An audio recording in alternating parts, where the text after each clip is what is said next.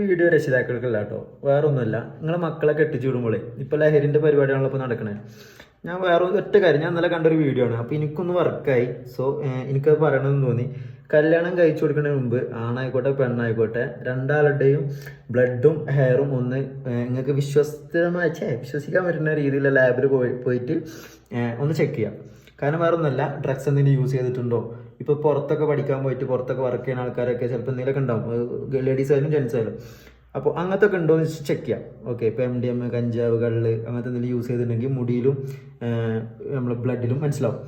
അപ്പോൾ അതൊക്കെ ഒന്ന് ചെക്ക് ചെയ്തിട്ട് കൊടുക്കുക. സ്ത്രീധനം അത് ഇത് മാത്രം തർക്കിക്കാതെ ഈ ഒരു കാര്യം കൂടി മാക്സിമം നോക്കുക. പിന്നെ ഇത് അങ്ങനെ പറയുമ്പോൾ ഇത് എത്രത്തോളം വർക്കാവുമെന്ന് എനിക്കറിയില്ല, പക്ഷേ നോക്കുകയാണെങ്കിൽ ഏറ്റവും നല്ലതാണ്.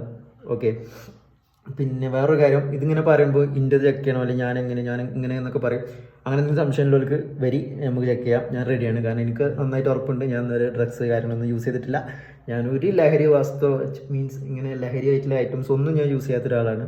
സോ എനിക്ക് കോൺഫിഡൻസ് ഉണ്ട്. അങ്ങനെ ആർക്കെങ്കിലും ഡൗട്ട് ഉണ്ടെങ്കിൽ വാ, നോ പ്രോബ്ലം.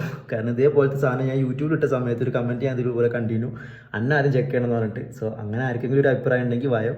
ഞാൻ പറഞ്ഞത്രേ ഉള്ളൂ.